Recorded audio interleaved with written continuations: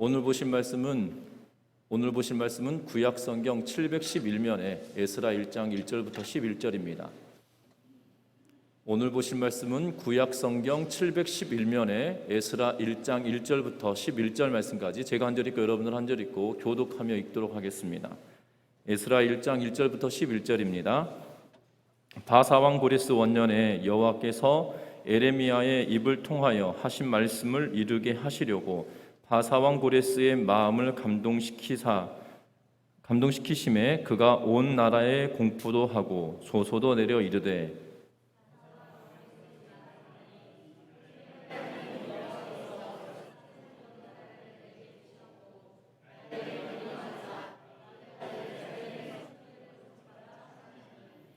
이스라엘의 하나님은 참 신이시라. 너희 중에 그의 백성된 자는 다 유다 예루살렘으로 올라가서 이스라엘의 하나님 여호와의 성전을 건축하라. 그는 예루살렘에 계신 하나님이시라.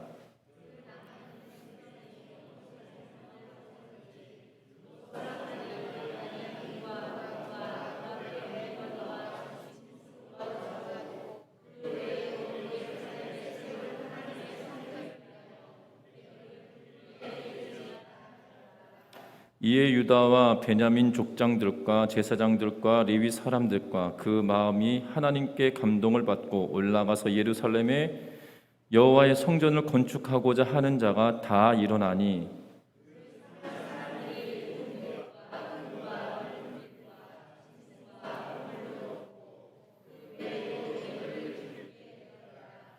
고레스 왕이 또 여호와의 성전 그릇을 꺼내니 옛적에 느부갓네살이 예루살렘에서 옮겨다가 자기 신들의 신당에 두었던 것이라.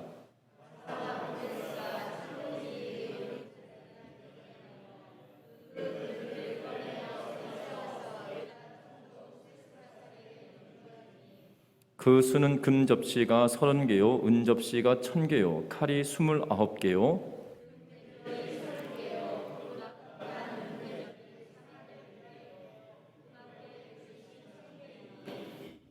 같이 읽습니다. 금, 은 그릇이 모두 5,400개라. 사로잡힌 자를 바벨론에서 예루살렘으로 데리고 갈 때에 세스바살이 그 그릇들을 다 가지고 갔더라. 아멘. 우리 서로 인사 나누고 말씀 나누겠습니다. 사랑하고 축복합니다. 어느 교회에 새해가 되었고 설날을 지내게 되었습니다. 그리고 설날이 지나고 나서 교회 안에서 척사대회를 하게 되었습니다. 그런데 이 척사대회를 하는데 두 팀으로 나누어서 이 윷놀이를 시작하게 되었습니다. 그런데 이 윷놀이를 하는데 한 팀이 완승하게 되어지는 순간이었습니다. 이제 상대방이 던지고 나면 그 다음에 이 윷을 던지고 나면 무엇을 던지든지 간에 끝나게 되어지는 그러한 상황이 되었습니다. 왜냐하면 이 팀이 말이 3개가 나오고 마지막 4번째도 이제 도 이상만 나올 만큼 이렇게 딱 그 앞에 서 있는 거예요. 그런데 상대팀은 이 말 3개를 올리지도 못하고 말 하나가 이제 올라간 그러한 상태입니다. 그래서 이 유판이 끝나게 되어지는 그런 상황이어서 이 윷을 던지기 위하여 이 지고 있는 팀에게 윷을 주었습니다. 그랬더니 한 집사님이 이러시는 거예요. 아유, 나는 그만할란다. 뭐 내가 던져봤자 뭐 잘 될 것도 아니고. 그러면서 옆에 아이에게 이렇게 말합니다. 구경하고 있던 꼬마 아이에게 야, 네가 나 대신 던져라. 그리고 쑥 자리에서 빠진 겁니다. 이 아이가 깜짝 놀랐습니다. 그리고 윷을 받아들었습니다. 그리고 잠깐 시간 좀 달라고 이야기를 합니다. 그랬더니 이 게임에 참여하고 있던 윷놀이에 참여하고 있던 모든 어른들이 그래라 라고 말하고 허락해 주었습니다. 그런데 이 아이를 한참 기다려도 오지 않습니다. 이 아이를 찾았더니 이 같이 윷놀이를 하고 있던 공간 옆에 조그만 공간이 있었는데 그곳에서 이 아이가 기도를 하고 있는 겁니다. 뭐라고 기도를 하고 있냐면 주님 나보고 하래요. 주님이 함께 하시면 무엇이나 가능하다고 그러셨잖아요. 이기게 하여 주옵소서라고 하면서 기도했다는 겁니다. 이 아이가 그렇게 기도하고 있는 모습을 보고 어른들이 하도 기특하여서 이 아이가 기도를 다 끝내고 나올 때까지 기다려주자라고 서로 암묵적으로 서로 인정을 하였습니다. 이 아이가 나왔습니다. 그리고 아이가 윷을 던졌는데요, 모가 6번이 나오고 윷이 1번이 나오고 걸이 1번에 나왔습니다. 그래서 3개도 올리지 못하였던 그 윷판이 한순간에 뒤집어져 버리는 그런 놀라운 일을 경험했다라고 이 글을 보았었는데요, 이 아이가 얼마나 믿음이 순전한지 이 게임을 하는 이 척사대회에 윷놀이를 던지는 그 순간에 어른이 해야 될 건데 자포자기하며 아이에게 돈 내주었던 그 윷놀이판 앞에 하나님께 간절히 기도하며 모든 것 들어주신다는데, 하나님 무엇이라도 가능하다고 하신 하나님 도와주세요, 이기게 해주세요 라고 했던 이 아이의 기도에 하나님이 응답해 주셨다는 거죠. 우리는 크고 작은 일들에 하나님의 기적을 우리는 경험합니다. 돌이켜보면 여러분들이 오는 이 교회에 오는 그 길 동안에도 하나님이 여러분들을 지키시고 돌보아 주셨음을 우리는 인식하든 인식하지 못하든 경험하게 되어지다는 거죠. 때로는 운전할 때도 그런 때가 있습니다. 정말 한 1m만 더 갔다라면 큰 사고가 날 뻔한데 1m를 덜 감으로 인하여서 하나님 감사합니다 라고 외칠 때가 한두 번이 아닌 것을 보게 됩니다. 여러분들, 기적이라고 하는 것이 너무 멀리 있는 것은 아니라 저와 여러분들에게 가까이 있는데 우리가 그것을 인식하고 인식하지 못하고의 차이에 있다라는 사실입니다. 특별히 오늘 성경의 말씀은 하나님의 기적에 관한 이야기를 기록해 놓고 있는 것을 보게 되어집니다. 특별히 이 에스라서는 하나님의 백성이 포로 귀환을 하게 되는 그러한 사건을 기록하고 있는 책이 에스라서입니다. 특별히 오늘 성경의 말씀에 보면 앞에서도 기적을 기록하고 있는 책이다라고 말씀을 드렸는데요, 이스라엘은 하나님께서 택하셔서 하나님의 백성 삼아주시고 하나님의 뜻을 이 땅 가운데 실현시키기 위하여 특별하게 하나님께서 택하신 백성이었다는 사실입니다. 하나님이 그들을 부르실 때 그냥 부르신 것이 아니라 제사장의 나라로, 믿지 아니하는 이방 나라에 하나님과 이방 나라의 중재자로 제사장의 나라로 불러주셨음에도 불구하고 그들은 그들의 직분을 온전하게 수행하지 못함으로 인하여 하나님께 범죄하고 또한 이방신을 섬기는 부정한 일을 함으로 말미암아 하나님께서 북이스라엘은 아수르에 의하여 멸망하게 하시고 남유다는 바벨론에 의하여서 3번의 침공을 당하여서 완전히 멸하게 되어지는 것을 보게 됩니다. 특별히 이 포로가 귀환하였음에도 불구하고 느헤미야의 기록을 통하여서 보면 성벽에 문짝을 달 수 없을 만큼, 성문을 달 수 없을 만큼 모두 성벽이 처참하게 무너져 버린 상황이었다라고 이야기하고, 느헤미야가 타고 있는 말 외에 다른 짐승을 볼 수가 없었다라고 이야기할 만큼 피폐해져 버린 그러한 땅이었음을 성경은 이야기하고 있는 것을 보게 됩니다. 그리고 어느덧 이 바벨론에 의하여서 멸망당하였던 예루살렘에 하나님께서 예루살렘의 성전을 재건하기 위하여 일을 시작하고 계심을 보여주는 말씀이 오늘 에스라 1장의 말씀에서 기록하고 있다는 겁니다. 그러하기에 기적과 같은 일들이 벌어지고 있고 그 기적이 어떻게 시작되었냐는 것이지요. 분명한 것은 저와 여러분들이 하나님의 놀라운 기적을 이루어 가실 때에 저와 여러분들이 그냥 구경꾼으로 사는 것이 아니라 하나님의 기적에 동참하는 믿음의 성도님들 되시기를 주의 이름으로 부탁드립니다.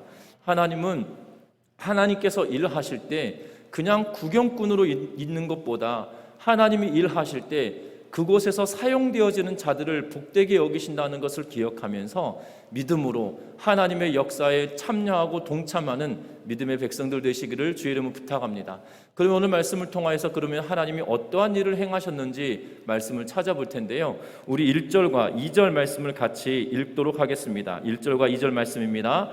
바사왕 고레스 원년에 여호와께서 예레미야의 입을 통하여 하신 말씀을 이루게 하시려고 바사왕 고레스의 마음을 감동시키심에 그가 온 나라에 공포도 하고 조소도 내려 이르되 바사왕 고레스는 말하노니 하늘의 하나님 여호와께서 세상 모든 나라를 내게 주셨고 나에게 명령하사 유다 예루살렘의 성전을 건축하라 하셨나니. 아멘.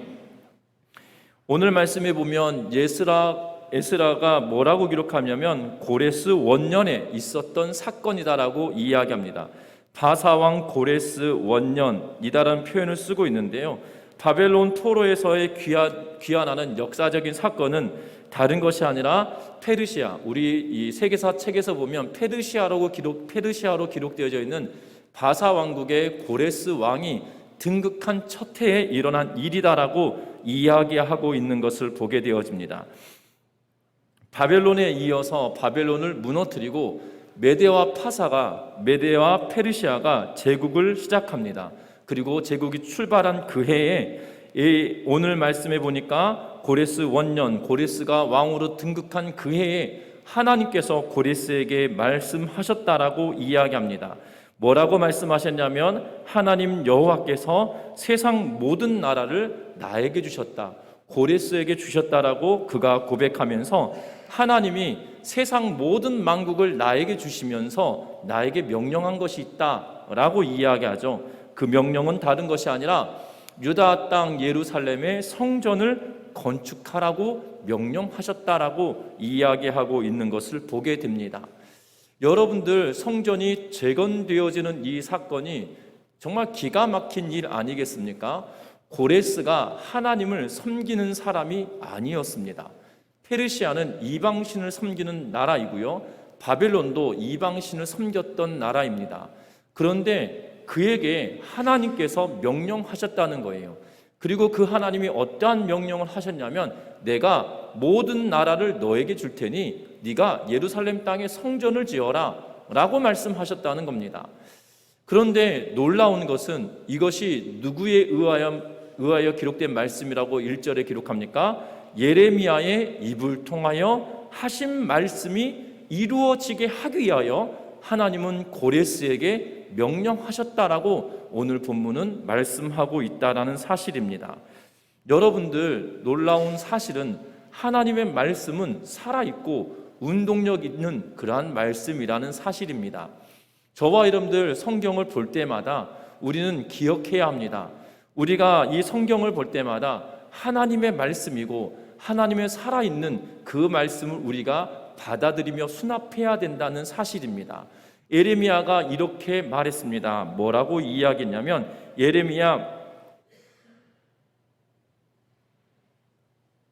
25장 11절 말씀에 보면 이 모든 땅이 폐허가 되어 놀랄 일이 될 것이며 이 민족들은 70년 동안 바벨론의 왕을 섬기리라 라고 이야기하고 있는 것이 예레미야 25장 11절 말씀에 기록합니다.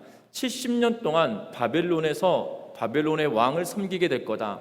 29장에도 이 70년이 차면 회복되게 할 거다라는 하나님의 약속의 말씀을 기록해 놓고 있는 것을 보게 됩니다. 예레미야 입을 통해서 하셨던 말씀은 무엇이냐면 70년 동안 바벨론에서 포로로 살 것이고 70년이 차면 이스라엘을 유다 백성을 회복시키실 것이다라고 말씀하고 계시다는 사실입니다. 그 말씀대로 실제로 이루어지고 있는 그러한 모습을 보게 되어집니다. 분명한 것은 저와 여러분들도 마찬가지라는 거예요. 선포되어지고 기록되어져 있는 하나님의 말씀을 우리가 수납하며 살아날 때 분명한 것은 그 말씀을 통하여 약속하신 것이 우리의 삶 가운데 이루어지고 드러나게 되어진다는 겁니다. 우리는 신앙생활할 때 어떠한 놀라운 기적을 체험하기를 바라며 신앙생활 하시는 분들도 계십니다. 그래서 어떨 때는 내가 기도를 열심히 했는데 왜 하나님이 응답을 하지 않으셔? 라고 하며 실망하는 분들도 계시거든요. 여러분들, 그런데 신앙생활의 본질은 우리의 삶에 하나님께서 큰 기적을 나타내시고 내가 기도할 때 응답하시고 내가 기도할 때 능력 베풀어 주시는 것, 그것 자체가 신앙생활이 아니라는 거예요. 신앙생활은 하나님의 말씀을 내가 받아들이고 그리고 그 말씀이 내 삶 가운데 실현되어지는 것, 그것을 우리가 경험하는 것, 그것이 바로 신앙생활이라는 겁니다. 우리가 하나님의 말씀을 듣고 지키고 순종하며 살아갈 때 그 말씀이 실제적으로 내 삶에 어떻게 나타나고 실현되어지는가, 거기에 더 관심을 두어야 된다는 겁니다.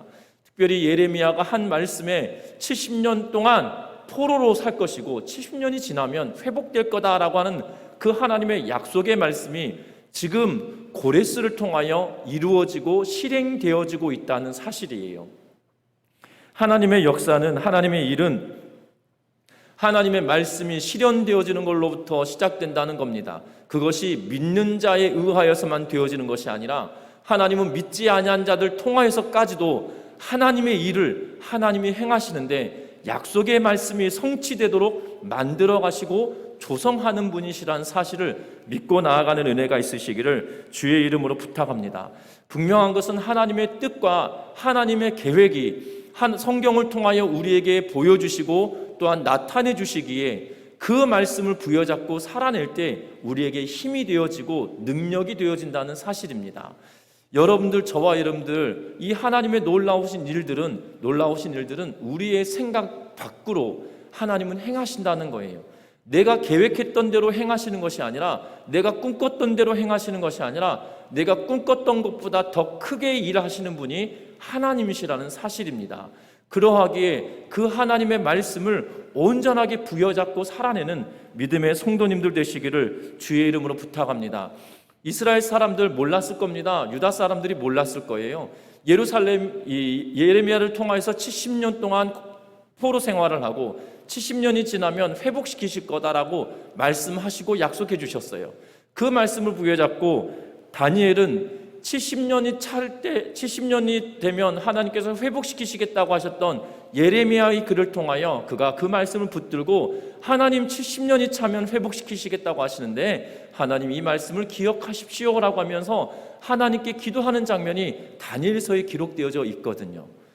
분명한 것은 이렇게 기적적으로 행하실 거다라고 다니엘도 생각하지 못했을 거예요. 고레스에게 하나님이 직접 말씀하셨다는 겁니다. 네가, 너에게 내가 온 나라를 너에게 줄 테니 너는 예루살렘에 성전 지어라 라고 말씀하셨다는 거예요. 기가 막힌 일 아닙니까? 우리는 생각합니다. 모세와 같은 큰 지도자가 나타나서 바벨론의 포로 생활하였던 이스라엘 백성들을 끄집어낼 것 같다라는 그러한 생각을 하기가 더 쉬웠을 겁니다. 만약 저와 여러분들이 유다 사람이다라면, 바벨론에서 포로 생활하고 있던 저와 여러분들이다라면 과거에 애굽에서 출애굽시켰던 위대한 영웅이 있었는데 하나님은 그렇게라도 일을 하실 거야 라고 하며 꿈꾸지 않았겠습니까? 그런데 하나님은 그렇게 행하지 않으셨다는 거예요. 이방 나라의 왕이 하나님이 나한테 온 세상을 주면서 성전 지어라 라고 말씀해서 내가 니네들에게 보내겠다, 고향 땅으로 돌려보내겠다라고 조서를 내리고 공포도 하였다라고 이야기하고 있다는 거죠. 저와 여러분들, 하나님의 계획과 뜻은 성경을 통하여 우리에게 다 보여주셨다는 거예요. 저와 여러분들의 인생사에 필요한 모든 말씀이, 우리에게 인생사에 필요한 모든 해답들은 다 성경을 통하여 우리에게 주셨다는 거예요.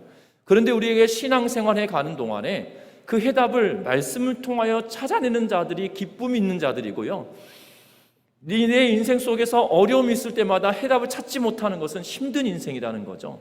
그런데 그리스도인들은 어려움이 있을 때마다 성경 속에서 그 답과 열쇠를 찾아내는 자들이 되어져야 된다는 것을 오늘 성경 우리들에게 보여주고 있다는 걸 기억하면서 정말 우리의 삶 가운데 하나님의 일하심이 저와 여러분들 가운데 신실하게 드러나고 하나님의 말씀을 부여잡고 살아냄으로 말미암아 그것을 경험하는 우리 전미중학교의 성도님들 되시기를 주의 이름으로 축원합니다. 그러면 하나님께서 일하실 때 말씀을 통하여 일하시고 말씀이 실현되어지도록 일하신다는 것이지요.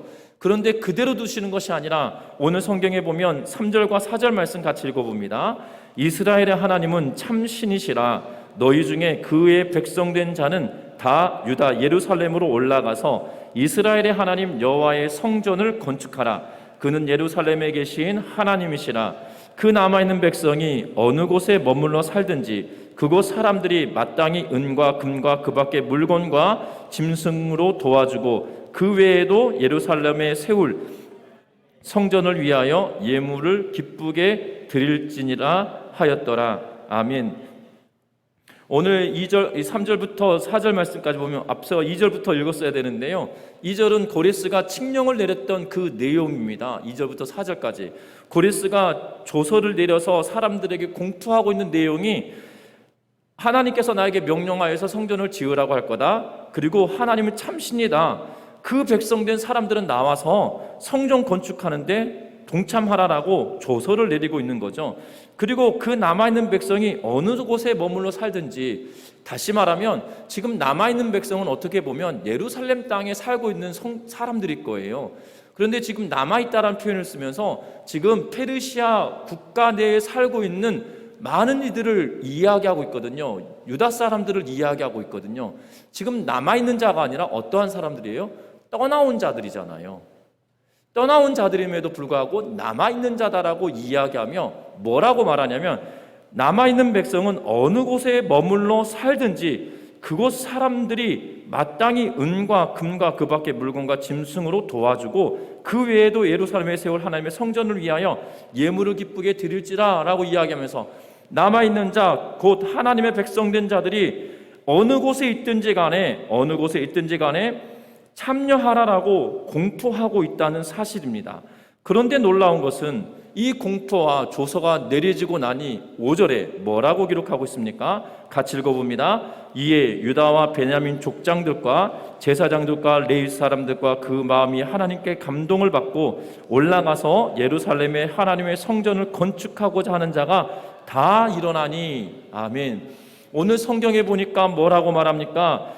조서가 내려지고 이 조서의 내용이 공포되어지고 나니까 유다와 베냐민의 족장들뿐만 아니라 제사장들과 레위 사람들이 그 마음에 하나님의 감동함을 받고 올라가서 예루살렘에 하나님의 여호와의 성전을 건축하자라고 하면서 그들이 다 일어나게 되었다라고 이야기하고 있는 것을 보게 됩니다. 조서의 내용이 이스라엘 백성들, 유다 백성들로 하여금 즉각적인 반응을 일으키도록 만들고 있다는 거죠. 고국 땅으로 돌아가겠다라고 결단하게 되었다는 사실입니다. 그런데 여러분들 기억할 것은, 우리는 성경을 읽으면 너무나도 쉽게 생각합니다. 무엇을 쉽게 생각하냐면 유다 사람이니까, 이스라엘 사람이니까. 여러분, 우리가 35년 동안 일제치하에 강제로 점령당하였었습니다. 그런데 일제치하를 지나는 동안에 많은 독립운동하였던 분들이 이 친일 행각을 하였던 일들을 보게 됩니다. 특별히 영화 가운데 암살이라고 하는 영화에 이 변절자가 재판하는 과정에 이렇게 말하죠. 맨 마지막 장면에 뭐라고 이야기하냐면, 왜 우리를 변절했냐라고 이야기했더니 그가 하는 말이 이거예요. 대한민국이 독립될지 몰랐다는 거죠. 이 조선이 독립할 줄 몰랐다. 그래서 나는 변절했다라고 그가 당당하게 이야기하고 있는 걸 보게 됩니다. 그리고 마지막에 총 맞아 죽게 되거든요. 여러분들 35년을 살면서도 독립운동을 끊임없이 해오다가도 독립이 안 될 것 같대라고 하면서 포기하고 자포자기할 만한 시기가 30년 이상 된 한 세대가 지나고 났더니 그렇게 되어졌던 거예요. 지금 이스라엘 백성들은 몇 년입니까? 70년입니다. 어찌 보면 두 세대가 지나가고 있어요. 두 세대가 지나가고 나면 여러분들, 미국으로 이민 갔던 사람들이 두 세대가 지나고 나면 한국 사람인가요? 미국 사람인가요?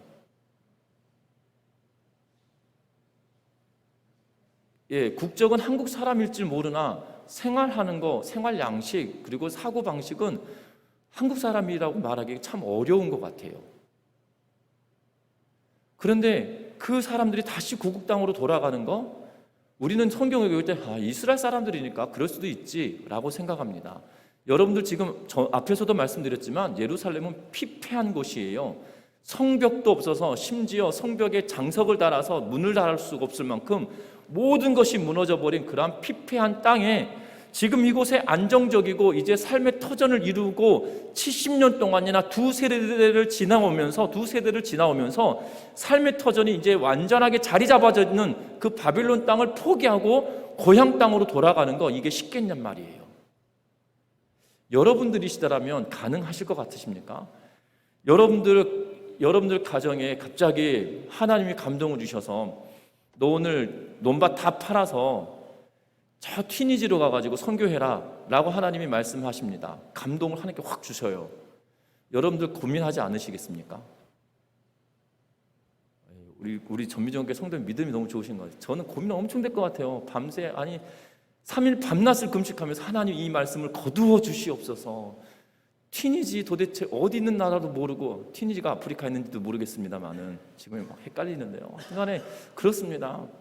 하나님이 제발 이걸 거두어 주십시오.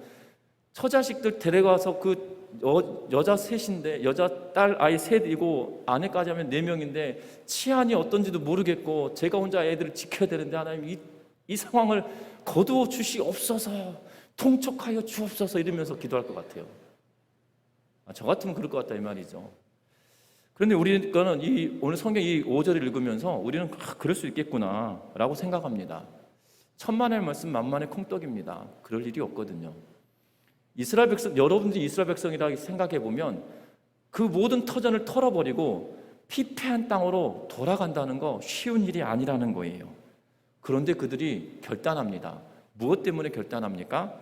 하나님의 역사에 그들이 동참하겠다라고 하는 하나님의 부르심에 그들이 반응하고 있는 거예요. 마음에 감동을 주셨다라고 하면서 우리가 신들림 받아서 정신없이 귀신 들린 사람처럼 막 옷 다 벗고 돌아다니고 그래서 예루살렘으로 가고, 이것이 아니에요. 하나님이 그들의 심령에 하나님의 부르심이 그들에게 있었다는 거예요. 우리는 감동 주셨다고 하면 뭔가 신이 씌어서 뭔가 귀신 들린 것처럼 뭔가 제정신이 아니어가지고 예루살렘으로 갔겠거니 생각하면 큰 오산입니다. 하나님이 그들의 심령에 계속적으로 요구하시는 거예요. 너 예루살렘으로 가서 성전 지어라라고 이야기하실 때 여러분들은 어떻게 하시겠냐 이 말이에요. 여러분들 삶의 모든 터전을 털어버리고 정말 이름도 듣도 보지 못하였던 그곳에 가서 내가 새로운 삶을 시작해야 된다라면 그것이 가능하겠냐 이 말입니다. 그런데 그들이 하나님의 말씀에 반응하고 하나님의 요구하심에 참여하며 그들이 결단하고 나서고 있는 그런 모습을 우리에게 보여주고 있다는 사실입니다. 저와 여러분의 삶 가운데 하나님이 우리들에게 요구하시는 것이 있으세요. 우리는 시시각각 하나님께서 성경을 읽고 우리가 말씀대로 살아내려고 할 때마다 하나님은 우리들에게 성경을 통하여 우리에게 끊임없이 요구하시고 부여하시는 사명이 있고요, 우리에게 꿈을 주신다는 사실이에요. 그런데 우리는 그걸 외면하고 아니다라고 귀를 막으며 눈을 가리고 성경이 아니야 내가 나에게 주신 하나님의 말씀이 아니야 라고 생각하며 머리를 털 때가 있는데요, 아니라는 거죠. 하나님은 우리에게 끊임없이 도전하시며 우리에게 가라라고 말씀하실 때 저와 여러분들이 아멘하며 순종할 수 있는 믿음의 성도님들 되시기를 주의 이름으로 부탁드립니다. 하나님의 역사에 동참하는 은혜가 저와 여러분들 가운데 충만하시기를 주의 이름으로 부탁합니다.